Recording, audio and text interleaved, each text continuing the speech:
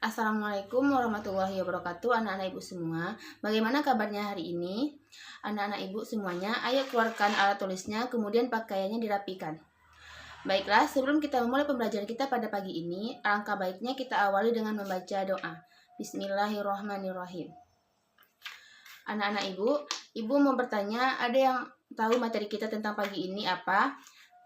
Ya, betul sekali. Materi kita pada pagi hari ini tentang akhlak terpuji, yaitu jujur dan amanah. Anak-anak ibu semuanya pasti telah mengetahui apa itu jujur dan amanah. Namun, sekarang kita akan belajar lebih memahami tentang jujur dan amanah lebih mendalam. Baik, yang pertama yaitu jujur. Jujur dalam bahasa Indonesia berarti tidak berbohong dan tidak curang. Dalam bahasa Arab, jujur berasal dari kata sidik yang artinya berkata benar. Secara istilah, jujur adalah kesesuaian antara lahir dan batin, ucapan dan perbuatan, serta berita dan fakta. Jadi jujur meliputi perkataan dan perbuatan. Allah berfirman terkait sifat jujur ini dalam surat At-Taubah ayat 119 yang artinya, wahai orang-orang yang beriman, bertakwalah kepada Allah dan bersamalah kamu dengan orang-orang yang benar. Seseorang dikatakan jujur apabila ia mampu berkata sesuai dengan kenyataan. Kenyataannya itu meliputi sesuatu yang dipikirkan dalam hati dan pikiran.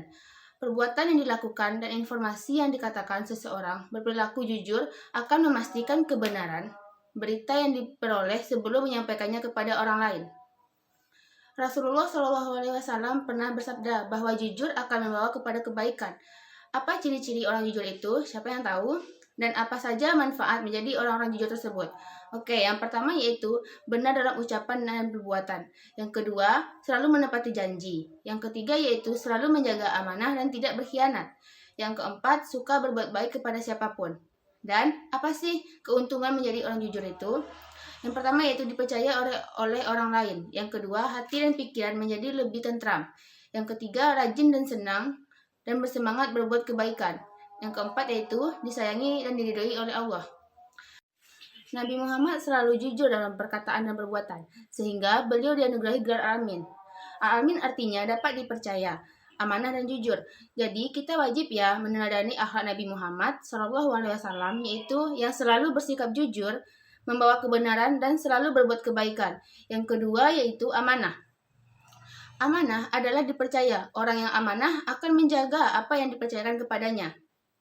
Ia akan menjaga dan tidak akan mengkhianatinya. Contoh, amanah yang dilakukan di lingkungan sekolah yaitu melaksanakan piket setiap hari. Di kelas kan ada jadwal piket, maka itu adalah tanggung jawab dan amanah kalian untuk mengerjakan piket sesuai dengan jadwal tersebut. Itu adalah contoh amanah yang paling sederhana. Secara bahasa, amanah berasal dari kata dalam bahasa Arab yaitu amanatan yang berarti aman, tentram, tenang dan hilang rasa takut.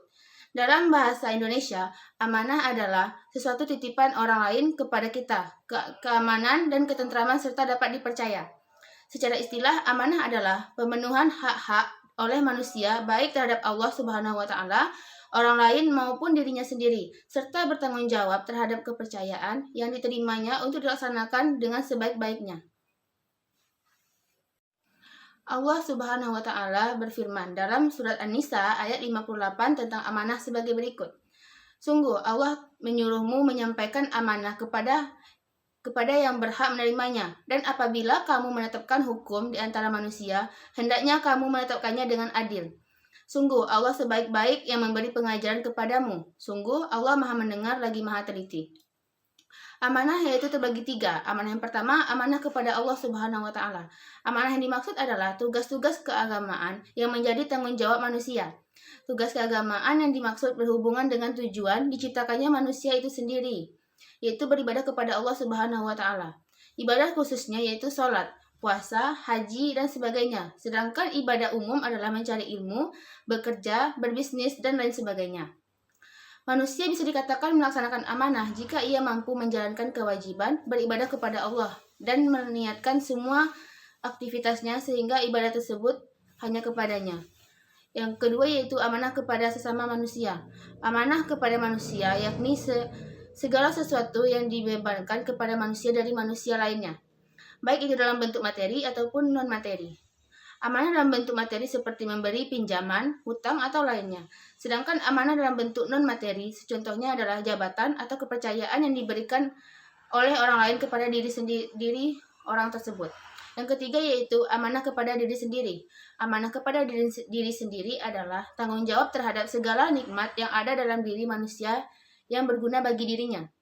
Misalnya, anggota tubuh, kesempatan, kesehatan, ilmu, dan lain sebagainya. Nah, titipan ini harus dijaga dengan sebaik-baiknya, sehingga dapat memberikan manfaat bagi pemiliknya, baik dalam kehidupan dunia ataupun di kehidupan di akhirat. Oke, sikap amanah dan jujur tidak tumbuh begitu saja dalam diri seseorang, melainkan suatu sifat yang harus ditumbuhkan. Cara mengembangkan sifat amanah dan jujur yaitu meyakini bahwa sifat-sifat tersebut merupakan perintah Allah dalam Al-Quran dan hadis, yang dapat membawa kebaikan bagi diri sendiri dan orang lain. Selain itu, kita juga harus membiasakan diri untuk berperilaku amanah dan jujur, serta menghindari perbuatan yang dapat merusak arti sikap amanah dan jujur tersebut. Manfaat dan contoh yang didapatkan seseorang yang berperilaku amanah dan jujur yaitu terhindar dari sifat munafik. Misalnya tidak mengingkari janji dan tidak berbohong. Yang kedua yaitu mendapat kepercayaan dari banyak orang. Misalnya dipercaya sebagai ketua kelas atau bendahara umum. Yang ketiga yaitu memperoleh kebaikan dunia. Misalnya mendapat pekerjaan yang layak, dimudahkan segala urusannya. Oke. Sekarang kita akan membagi 3 kelompok ya. Kelompok pertama yaitu tentang manfaat jujur dan amanah dalam kehidupan sehari-hari. Kelompok 2 yaitu menceritakan contoh penerapan tentang kisah inspiratif Rasulullah SAW sebagai sifat gelar Al-Amin. Yang ketiga, kelompok ketiga yaitu menjelaskan apa akibat dari perilaku tidak jujur. Karena semua sudah selesai mengerjakan tugas, maka setiap kelompok wajib mempresentasikan hasil kerjanya tadi.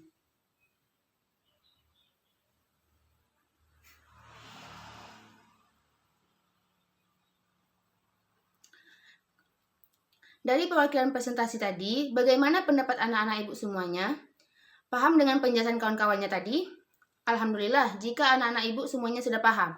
Jadi, anak-anak intinya harus menerapkan perilaku jujur dan amanah dalam kehidupan sehari-hari, dimanapun dan kapanpun.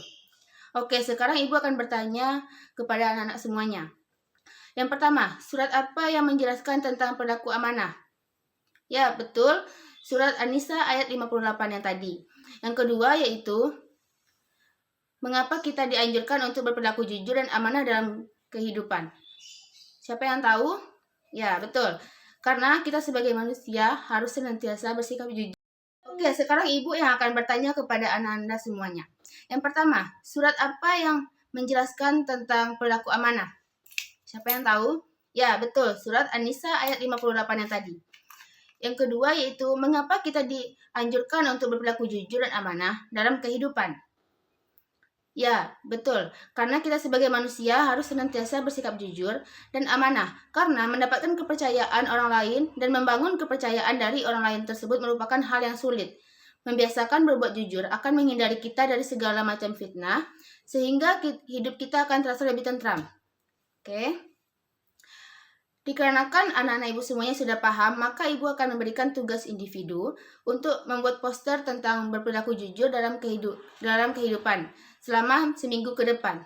Paham semuanya?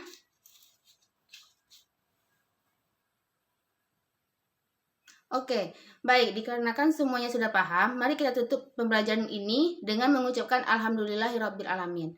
Sekian, Assalamualaikum warahmatullahi wabarakatuh.